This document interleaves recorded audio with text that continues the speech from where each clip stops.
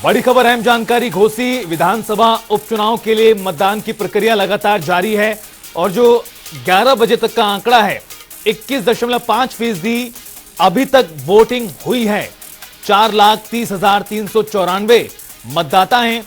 घोसी विधानसभा उपचुनाव को लेकर जो मतदान है वो लगातार जारी है, लेकिन इस बीच बयानबाजी भी दोनों ही तरफ से हो रही है और सीधा मुकाबला भारतीय जनता पार्टी और समाजवादी पार्टी के उम्मीदवारों के बीच में दिखाई दे रहा है। एक तरफ जहां भाजपा उम्मीदवार दारा सिंह चौहान ने जीत का दावा किया है, तो दूसरी तरफ समाजवादी पार्टी ने आरोप लगाया है चुनावी व्यवस्था को लेकर। कहा जा रहा है कि लोगों पर दबाव बनाया जा रहा है वोटों को लेकर, मतदान को लेकर। 4 तस्वीरें आपको दिखा रहे हैं किस तरह से पूरी जो प्रक्रिया है वो अमल में लाई जा रही। तस्वीर 1, तस्वीर 2 और इन चारों ही तस्वीरों में देखिए किस तरह से जो मतदान केंद्र है वहां पर तमाम संख्या में लोग पहुंचते हुए अपने मत अधिकार का इस्तेमाल कर रहे हैं। हालांकि कुछ जगहों से इस तरह की भी जानकारी आई है जहां पर जो मतदान केंद्र हैं, जो बूथ हैं, वो दरअसल खाली पड़े हुए हैं। लेकिन जो 11 बजे तक का आंकड़ा अभी तक सामने आया उसके अनुसार 21.5% वोटिंग अभी तक हुई है और कहीं ना कहीं किसी अग्नि परीक्षा से कम नहीं है दोनों ही पार्टियों के लिए। एक तरफ भारतीय जनता पार्टी के लिए, दूसरी तरफ समाजवादी पार्टी के लिए। चूंकि दारा सिंह चौहान यहां से विधायक थे, उन्होंने इस्तीफा दिया और भारतीय जनता पार्टी में शामिल हुए और अब बीजेपी के उम्मीदवारी के तौर पर वो इस उपचुनाव में मैदान में हैं और तमाम बड़े नेताओं की ओर से प्रचार किया गया उपचुनाव को लेकर। दूसरी तरफ समाजवादी पार्टी की ओर से भी तमाम दिग्गज जो थे वो मैदान में उतरे प्रचार करने के लिए। भारतीय जनता पार्टी के प्रत्याशी दारा सिंह चौहान जी एक तरफा चुनाव जीत रहे हैं। सभी जाति, धर्म, संप्रदाय, सभी वर्गों का वोट मिल रहा है। मतदाताओं ने जिस ढंग से घरों से निकल करके आशीर्वाद दिया है, कमल प्रचंड बहुमत के साथ घोसी में खिल रहा है। जब समाजवादी पार्टी के लोग चुनाव हारते हैं तो इस प्रकार के उलूल जुलूल बयानबाजी करते हैं और आप जानते हैं कि 14, 17, 19 और 22 में 4 बार समाजवादी पार्टी को जनता ने नकार दिया है और घोसी में भारतीय जनता पार्टी इस बार जीत रही है और समाजवादी पार्टी अपनी हार को सुनिश्चित मान करके इस प्रकार की बयानबाजी कर रही है। हर जगह के इस प्रकार के बयान का जवाब 2024 के लोकसभा चुनाव में देश की, प्रदेशों की जनता देगी, करारा जवाब देगी। अगर इस प्रकार की भाषा का प्रयोग करने वाले अगर सूर्य के प्रकाश को रोक सकते हैं, तभी वो इस प्रकार से सनातन धर्म को रोकने की बात कर सकते हैं और मिटाने की बात कर सकते हैं। उसको कोई अपशब्दों का प्रयोग करने की बात कर सकते हैं, क्योंकि बहुत उदारवादी समाज है और इस भाषा का जिन लोगों ने प्रयोग किया है उसका जवाब ईवीएम मशीन में कमल की बटन दबाकर लोग देंगे। मैं पार्टी का कार्यकर्ता हूं और पार्टी के कार्यकर्ता के नाते जो भी दायित्व पार्टी मुझे देती है, मैं वार्ड के अध्यक्ष से अपने जीवन की यात्रा को प्रारंभ किया राजनीति की। पूज्य अटल जी और श्रद्धेय दीनदयाल उपाध्याय जी का सानिध्य मेरे पिताजी को था। उस परिवेश में मेरा पालन हुआ है। कण कण में संघ है, कण कण में भाजपा है, कण कण में भाजपा का कार्यकर्ता है। इसलिए मेरे लिए कोई नया नहीं है। मैं राष्ट्रीय स्तर पर काम कर चुका हूं और मैंने प्रदेश स्तर पर काम किया, वार्ड स्तर पर, अभी तो बूथ स्तर पर भी काम कर रहा था। कार्यकर्ता के लिए कोई पद महत्वपूर्ण नहीं होता, महत्वपूर्ण केंद्रीय नेतृत्व का निर्देश होता है और जो निर्देश करेंगे उसके अनुसार कार्य करेंगे। हर जगह शांति से वोट पड़ रहा है। प्रशासन पूरी तरीके से मुस्तैद है और जो मैं घूम रहा हूँ, देख रहा हूँ कि पूरे विधानसभा में सारे लोग जो है कमल के बटन दबाने की तैयारी कर लिए हैं और दबा भी रहे हैं बड़ी तेजी से। जहाँ तक मैं घूमा हूँ हर जगह केवल कमल कमल कमल। इससे साबित होता है कि आज जिस तरीके से प्रदेश की जनता ने इस देश के यशस्वी प्रधानमंत्री आदरणीय मोदी जी के नेतृत्व में भरोसा किया है, उत्तर प्रदेश में आदरणीय योगी जी के नेतृत्व में जो चौतरफा विकास किया है, लोगों ने भरोसा किया है। मुझे लगता है आज के दिन इतना ज़्यादा मैंने कमल के बटन दब रही है और 8 तारीख को जब परिणाम आएगा तो भारी बहुमत से, भारी अंतर से भारतीय जनता पार्टी यहाँ से चुनाव जीत के जाएगी। भारतीय जनता पार्टी का शुरू से काम रहा है चुनाव को प्रभावित करना, चाहे वो धन बल से करें, चाहे सरकारी तंत्र से करें, चाहे वो अन्य जो संसाधन उनके पास है, सारी संसाधन लगा के वो प्रभावित करते रहे हैं। उपचुनाव तो पूरी तरीके से कर रहे हैं और मेन चुनाव में भी करते हैं, खासकर घोसी के चुनाव में, क्योंकि वहां बहुत घबराहट है। वहाँ कैंडिडेट को लेकर भारतीय जनता पार्टी खुद बहुत असहज है। जिस कैंडिडेट को उन्होंने उतारा है वो कभी बसपा, कभी सपा, कभी भाजपा, इस तरह से उनकी, तो आम जनता में उनके प्रति कोई अच्छा भाव नहीं है। तो निश्चित तौर से भारतीय जनता पार्टी वहाँ पर अपने आप को बहुत कमजोर और हताश मानसिकता से काम कर रही है और इस बार चुनाव भारतीय जनता पार्टी का कैंडिडेट वहाँ हारेगा। तो तमाम नेताओं के बयान आपने सुने और ज्यादा बातचीत के लिए हमारे 3 सहयोगी हमारे साथ जुड़ रहे हैं। न्यूज रूम से मेरी सहयोगी अंजलि भंडारी हमारे साथ हैं और घोसी से विवेक हमारे साथ हैं, अनूप कुमार है हमारे सहयोगी और ज्यादा बातचीत के लिए। सबसे पहले आपके पास आते हुए अनूप, किस तरह से जो पूरी प्रक्रिया है वो तो चली रही है, लेकिन इस बीच राजनीतिक तौर पर भी बयानबाजी जारी है। एक तरफ जो भारतीय जनता पार्टी के नेता वो कह रहे हैं कि भारी भरकम जीत यहां से होगी, दूसरी तरफ समाजवादी पार्टी के नेता आरोप लगा रहे हैं कि ठीक तरीके से जो व्यवस्था नहीं बनाई जा रही है, लोगों को रोका जा रहा है वोट डालने से। वर्तमान की स्थिति क्या है, क्या कुछ अभी दिखाई दे रहा है? देखिए, देश चुनाव काफी कठिन हो चुका है, क्योंकि वर्तमान में अगर 1 बजे तक की वोटिंग प्रतिशत की बात की जाए तो 33.52% अब तक का मतदान हो चुका है। 1 बजे तक अब 5 घंटे शेष रह चुके हैं। 5 घंटे में काफी अहम होते हैं चुनाव जब कभी चल रहा होता है। तो ऐसे में जब वोटिंग प्रतिशत काफी ठीक चल रहा है तो इसका मतलब हम लोग इसी लगाते हैं कि जब वोटिंग प्रतिशत ज्यादा होता है तो वहां की जनता में आक्रोश होता है, किसी पक्ष में ज्यादा मतदान होता है।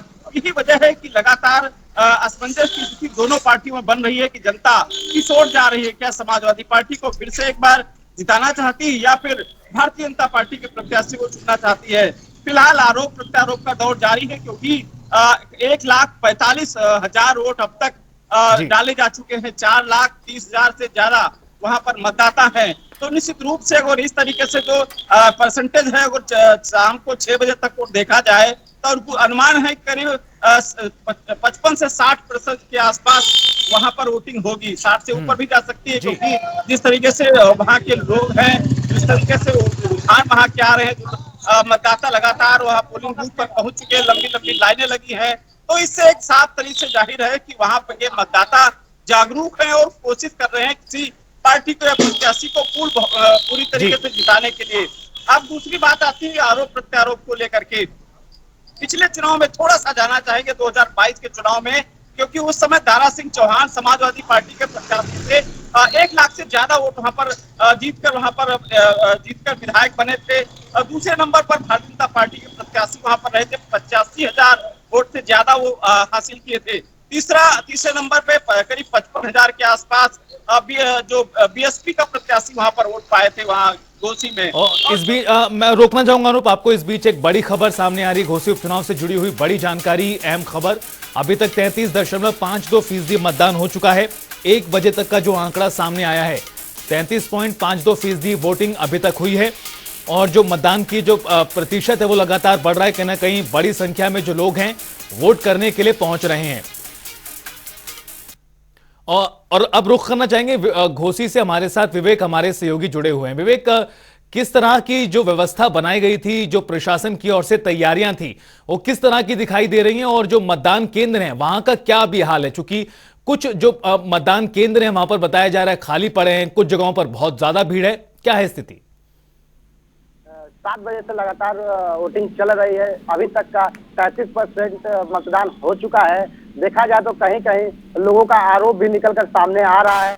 कहीं कहीं आरोप ये भी लग रहा है कि आधार कार्ड तक छीन लिया जा रहा है प्रशासन की तरफ से, और कहीं कहीं शांतिपूर्ण ढंग से प्रशासन द्वारा मतदान कराया जा रहा है।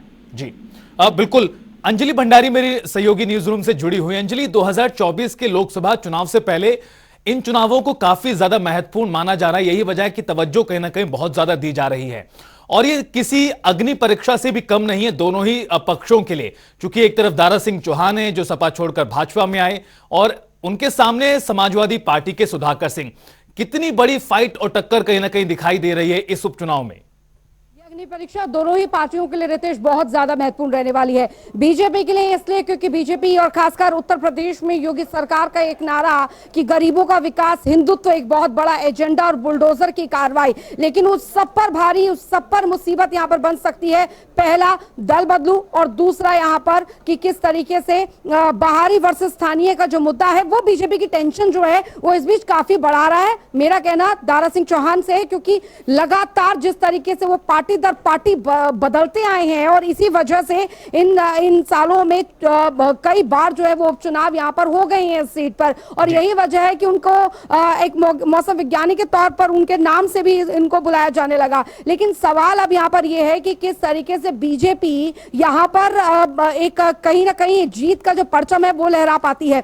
अब सवाल यहाँ पर यह भी बना हुआ है कि एक अल्पसंख्यक वोट बैंक जो है वो भी काफी महत्व यहाँ पर रखता है, लेकिन जिस तरीके से सुबह से खबरें यहाँ पर आ रही हैं, लोगों का कहना है कि उन्हें वोट नहीं डालने दिया जा रहा है और उनके जो आधार कार्ड है वो तक, वोटिंग कार्ड है, वोटर आईडी कार्ड है वो तक रख लिए गए हैं, तो इससे जरूर ये साबित यहाँ पर होता है कि कहीं ना कहीं चीजें जो है वो यहाँ पर डगमगाती नजर आ रही है। लेकिन सवाल, और अभी ताजा जानकारी भी है कि हो सकता है कि आज मुख्यमंत्री योगी आदित्यनाथ जो है वो दिल्ली के लिए रवाना हो और दिल्ली में प्रधानमंत्री नरेंद्र मोदी से भी मुलाकात का उनका कार्यक्रम रहने हो सकता है। लेकिन फिलहाल आज खासकर घोसी जो उपचुनाव यहाँ पर हो रहे हैं वो काफी महत्वपूर्ण यहाँ पर हो जाते हैं कि यहाँ पर कमल खिलता है या फिर। बिल्कुल अंजलि, निश्चित तौर पर ये बहुत बड़ा सवाल है और 24 के चुनावों से पहले इसकी इंपॉर्टेंस और भी ज्यादा बढ़ जाती है। इस बीच एक बड़ी जानकारी से दर्शकों को रूबरू करा दे, बड़ी खबर, अहम जानकारी सामने आ रही है। घोसी उपचुनाव से जुड़ी हुई समाजवादी पार्टी ने चुनाव आयोग से शिकायत की है। मुस्लिम मतदाताओं को नहीं डालने दिया जा रहा है वोट, ये आरोप लगाया गया है समाजवादी पार्टी की ओर से। बूथ संख्या 147 को लेकर चुनाव आयोग से शिकायत ये की गई है। बिना वोट दिए लोगों के जो वोट हैं वो खुद ब खुद पड़ रहे हैं, ये गंभीर आरोप लगाया गया है समाजवादी पार्टी की ओर से। जो लोग पहुंच रहे हैं पोलिंग बूथ पर उन्हें वापस लौटाया जा रहा है। बूथ संख्या 419 के एजेंट को पुलिस ले गई है। बीजेपी के पक्ष में वोट डालने का भी दबाव बनाया जा रहा है। ये बेहद ही गंभीर आरोप उपचुनाव के बीच में। अनुप, जिस तरह से हमने कहा कि काफी महत्वपूर्ण है पूरी अग्नि परीक्षा एक तरह से, लेकिन इस बीच तमाम तरह के आरोप भी हैं। आप इसे कितनी बड़ी फाइट समझते हैं 24 के चुनावों से पहले? चूंकि दारा सिंह चौहान के ऊपर लगातार जो टिप्पणियां हैं वो रही हैं, चाहे वो मौसम विज्ञानी के तौर पर अलग अलग राजनीतिक पार्टियों में रहकर उन्होंने तापमान भापने का काम किया है, और अब भारतीय जनता पार्टी में कितनी बड़ी चुनौती अग्नि परीक्षा ये पूरा उपचुनाव लेकर आया है? और देखिए, आपकी बिल्कुल बात सही है रितेश। जिस तरीके से दारा सिंह चौहान का कैरियर रहा है या राजनीतिक इतिहास रहा है वो बहुत ही उछल पथल का रहा है। अभी 2022 के पहले जब योगी वन सरकार थी तो दारा सिंह चौहान उत्तर प्रदेश सरकार में कैबिनेट मंत्री थे, वन मंत्री थे। तो अब दूसरी बार जब वहां से समाजवादी पार्टी की सरकार नहीं बनी, उसके बाद विपक्ष से फिर 2024 को देखते हुए दारा सिंह चौहान एक बार फिर भारतीय जनता पार्टी में शामिल हुए। और आप समझिए कि ये दारा सिंह चौहान अगर वहां से किंग बन के आते हैं, विधायकी जीत कर आते हैं, तो उसके बाद उत्तर प्रदेश में मंत्रिमंडल का विस्तार होगा। उसमें दारा सिंह चौहान का मंत्री बनना लगभग पूरा तय बताया जा रहा है, जिस तरीके से सूत्रों हवाले से खबर आ रही है। तो ये भी एक बहुत बड़ी बात है कि दारा सिंह चौहान वहां से अगर जीत कर आते हैं तो वाकई उनकी एक अग्नि परीक्षा होगी। लेकिन वहां पर बहुत कड़ा मुकाबला है, क्योंकि जिस तरीके से जो कांग्रेस ने समाजवादी पार्टी के सुधाकर सिंह को समर्थन दिया है, तो दूसरी तरफ 2022 में जो ओम प्रकाश राजभर थे वो समाजवादी पार्टी के पाले में थे। तो कुल मिला के वहां पर जो मुकाबला है वो काफी कड़ा है और लगातार आरोप प्रत्यारोप आपने देखा कि समाजवादी पार्टी की तरफ से हो या फिर भारतीय जनता पार्टी की तरफ से हो, लगातार आरोपों का दौर जारी है। निर्वाचन आयोग को लगातार पत्र भी लिखे जा रहे हैं। अभी थोड़ी देर पहले सूचना आई थी कि अरविंद सिंह गोप राष्ट्रीय महासचिव हैं समाजवादी पार्टी के, उन्होंने निर्वाचन आयोग को पत्र लिखा है और कहा है कि वहां मुस्लिम मतदाताओं को वोट डालने नहीं दिया जा रहा है, उनके खुद वोट पड़ जा रहे हैं। तो ये गंभीर आरोप भी है। इस आरोपों के बीच में वहां पर दो प्रत्याशियों की अग्नि परीक्षा चल रही है। अब जनता किसके मत में जाती है, फिलहाल ये 8 तारीख को चुनाव परिणाम आएंगे तभी पता लगेगा। लेकिन अभी घोसी में जो गर्माहट है वो वाकई वहां पर दिलचस्प है। सबकी निगाहें टिकी है उत्तर प्रदेश की। उत्तर प्रदेश के साथ साथ जब 2024 का भी यहीं से एक संदेश जाएगा कि वो समाजवादी पार्टी के सीट हुआ करती है पिछले थी, उसको किस तरीके से भाजपा को जीत पाती है, नहीं जीत पाती है, क्योंकि अभी तक जितने भी उपचुनाव हुए हैं, खासकर मैनपुरी को छोड़कर बाकी सब भारतीय जनता पार्टी के पाले में गए हैं। वो चाहे रामपुर का उपचुनाव की बात करें या आजमगढ़ की बात करें, इस बार भारतीय जनता पार्टी को कितना वहां पर लोग पसंद करेंगे, फिलहाल आने वाला वक्त तय करेगा। लेकिन अभी जिस तरीके से वहां पर माहौल है, जिस तरीके से राजनीतिक उथल पुथल है, जिस तरीके से भारतीय जनता पार्टी ने इस चुनाव को लड़ने की कोशिश की है, 40 स्टार प्रचारकों की सूची वहां पर भारतीय जनता पार्टी की तरफ से दी। लगातार तमाम मंत्री संगठन के जो बड़े नेता हैं वो भी घोसी में अपनी पूरी ताकत जातिगत समीकरण के साथ बिल्कुल अनूप, कहीं ना कहीं बड़े स्तर पर जो स्टार प्रचारक हैं उन्हें मैदान में भारतीय जनता पार्टी की ओर से उतारा गया था, और जो कहीं ना कहीं दर्शाता है कि कितनी ज्यादा महत्वपूर्णता इस पूरे उपचुनाव को दी जा रही है। अब विवेक, जिस तरह से कहा जा रहा है कि जो लोगों को वोट नहीं डालने दिया जा रहा है, समाजवादी पार्टी की ओर से शिकायत की गई है, भारतीय जनता पार्टी के नेता तो इस बात को लेकर कह रहे हैं कि कहीं ना कहीं ये घबराहट है और उनको लग रहा है, समाजवादी पार्टी को लग रहा है कि वो हार रहे हैं और इसी वजह से बयानबाजी इस तरह से आरोप लगाया जा रहा है। आप ग्राउंड पर मौजूद हैं, क्या कुछ आप देख पा रहे हैं? इस तरह की जो शिकायतें आ रही हैं उसमें कितना दम दिखाई दे रहा है?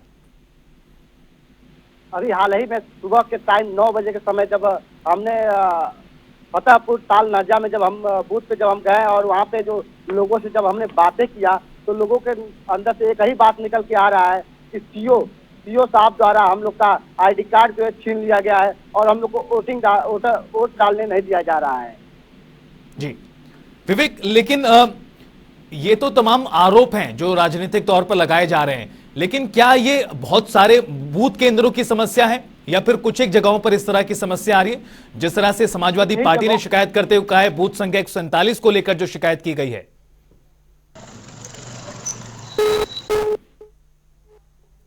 लगता है विवेक तक आवाज नहीं पहुंच पा रही है। अंजलि, निश्चित तौर पर काफी महत्वपूर्ण पूरे चुनाव हैं, लगातार स्टार प्रचारकों ने धुआंधार प्रचार किया, लेकिन इस पूरे उपचुनाव में एक तरह से कहा जाए तो समाजवादी पार्टी और भाजपा में सीधा मुकाबला है। कांग्रेस पार्टी की ओर से भी एक तरह से समर्थन है। अजय राय का बयान आया, उन्होंने कहा कि भाजपा जो है चुनाव को प्रभावित करती है, खासतौर पर इस उपचुनाव को, यानी कहीं ना कहीं संदेश 24 को लेकर भी दिए जाने की पूरी तैयारी तमाम राजनीतिक पार्टियों द्वारा की जा रही है। कि कांग्रेस के समर्थन देने ना देने से कोई बड़ा फर्क नहीं पड़ता, क्योंकि कांग्रेस की खुद की यहाँ पर राजनीतिक जमीन जो है वो काफी कमजोर रही है पहले के चुनाव की, अगर यहाँ पर बात की जाए। लेकिन इस बार का जो नैरेटिव सेट किया गया है वो है बाहरी वर्सेस स्थानीय। अगर बात सुधाकर सिंह की जाए तो बार बार यही कहते आए हैं कि बाहरी को भगाओ, घोसी को बचाओ। इस बात का नारा जो है वो अपने चुनावी प्रचार के दौरान वो यहाँ पर देते आए हैं। उन्होंने इस बात का जिक्र किया है कि वो चाहे जीते या हारे, वो इसी जगह के लाल है, घोसी की मिट्टी के लाल हैं और वो यही रहेंगे। उनका जो पूरा विजन है वो घोसी के लिए हमेशा से एक ही रहा है। लेकिन अब ये चुनाव क्योंकि काफी महत्वपूर्ण इसलिए हो जाता है और खासकर दारा सिंह चौहान के लिए मुश्किल यहां पर ये हो जाती है कि जिस तरीके का नैरेटिव उन्होंने सेट यहां पर किया है कि बार बार पार्टियां चेंज करते हैं, बार बार उपचुनाव की ये जो जंग है, मैदान है, उसमें घोसी को झोंक दिया जाता है। तो ये हो सकता है कि घोसी की जनता का जो एक नाराजगी का गुब्बार है वो अगर इस चुनाव में फूटता है तो मेरे ख्याल से हो सकता है कि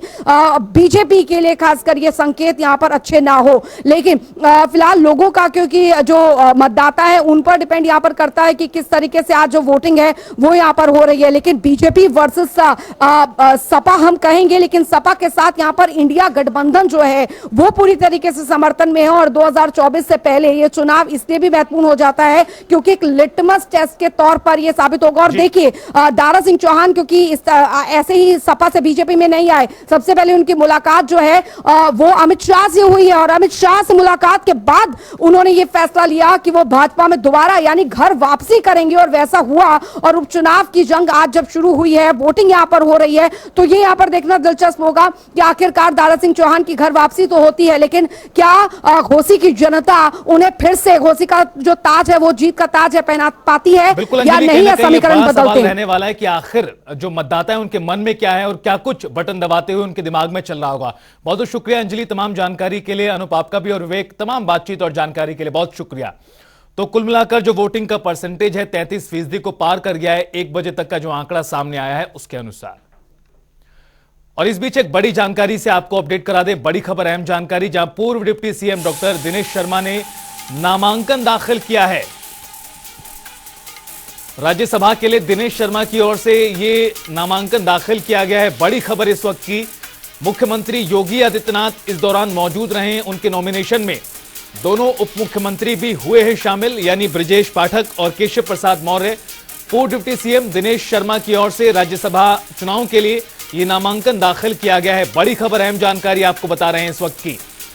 और ये तस्वीरें उस वक्त की जब अपना नामांकन दाखिल करने के लिए पहुंचे पूर्व उप मुख्यमंत्री दिनेश शर्मा, और इस मौके पर वर्तमान मुख्यमंत्री और दोनों उप मुख्यमंत्री भी मौजूद रहे हैं। और हमारे साथ खुद पूर्व मुख्यमंत्री उप मुख्यमंत्री दिनेश शर्मा जी जुड़ गए हैं। दिनेश शर्मा जी, बहुत स्वागत है आपका जनता टीवी पर और बहुत सारी शुभकामनाएं। आपकी ओर से नामांकन दाखिल किया गया राज्यसभा चुनाव के लिए। जी जी जी, माननीय राष्ट्रीय अध्यक्ष जी ने, माननीय प्रधानमंत्री, रक्षा मंत्री, मुख्यमंत्री और प्रदेश अध्यक्ष के जो सदप्रयत्न थे, आज मैंने पार्टी के निर्देश पर नामांकन किया है। और मैं समझता हूँ कि पूरे देश में मोदी लहर है, मोदी जी का काम बोल रहा है, और उत्तर प्रदेश में योगी और मोदी का जो समन्वय है वो जनता के सिर पर चढ़कर बोल रहा है। और 80 की 80 सीटें बीजेपी जीते, इसके लिए कार्यकर्ता निचले से स्तर से और ऊपर तक लगा हुआ है। जी, दिनेश शर्मा जी, संख्या बल के अनुसार तो आपका निश्चित है पहुंचना। आप क्या समझते हैं 24 को लेकर, क्या आप देख पा रहे हैं किस तरह से? चूंकि आपका कहना है कि एक तरह से लहर है। मैंने पहले भविष्यवाणी करी है, आज की डेट में आपका टेलीविजन इसको नोट कर ले और फिर दिखाएगा 24 के चुनाव परिणाम के बाद। जी, उत्तर प्रदेश में विपक्ष का और खासतौर से घमंडिया का, ये घमंडिया जो गठबंधन झूठ वाला बंधन है, इनके बंधन टूटेंगे, इनकी राजनीति की फसल सूखेगी और ये धरातल पर आके जनता का खूब भाजन बनेंगे। जी दिनेश शर्मा जी, लेकिन जब आप इस तरह की बयानबाजी टिप्पणी करते हैं, आप जो इंडिया अलायंस बनाए जिसे आप लोग घमंडिया कहते हैं, तो वो कहते हैं कि वो घबरा गए, भारतीय जनता पार्टी के लोग घबरा गए, इंडिया नाम तक नहीं लिया जाता, घमंडिया कह के बुलाया जाता है। अरे इंडिया बड़ा पवित्र नाम है और इंडिया के विचारों से, संस्कारों से ये सब बड़े दूर हैं। ये अपॉर्चुनिस्ट हैं, अवसरवादी, भ्रष्टाचारी लोगों का ये एक ऐसा गठबंधन है जो सत्ता लोलुप है। और ये ऐसे लोग हैं जिन पर तमाम प्रकार के करप्शन है। ये कई हजार लाख करोड़ के घोटालों के ये लोग हैं, इसलिए इनको घमंडिया इसलिए कहा जाता है कि ये सब घमंड कर रहे हैं, सत्ता में आने का सपना देख रहे हैं। ये कभी सनातन धर्म को गाली देते हैं, पता नहीं एक कोई उदय पैदा हो गया, किसका किनके पुत्र है मैं नहीं जानता, लोग बोलते स्टालिन के पुत्र हैं। अरे स्टालिन नहीं, स्टालिन के जो पिता थे करुणानिधि, वो भी ये सनातन संस्कृत के विरोधी थे। इन लोगों ने सनातन संस्कृत को चुनौती दी है और सनातन संस्कृत को मानने वाले लोग चुनाव में इनको चुनौती का जवाब देंगे वोट के माध्यम से। जी, बहुत बहुत शुक्रिया दिनेश शर्मा जी हमारे साथ जुड़ने के लिए। पूर्व उप मुख्यमंत्री उत्तर प्रदेश, निश्चित तौर पर उनकी ओर से यह दावा किया गया है कि 2024 में एक दफा फिर से मोदी जी की सरकार बनेगी, भारतीय जनता पार्टी की सरकार बनेगी। और राज्यसभा के लिए उन्होंने अपना नॉमिनेशन दाखिल किया है। ये तस्वीरें आपको दिखा रहे हैं, मुख्यमंत्री योगी आदित्यनाथ और दोनों उप मुख्यमंत्री भी इस मौके पर मौजूद रहे। और फिलहाल इस बुलेटिन में इतना ही। आप देखते रहिए जनता टीवी।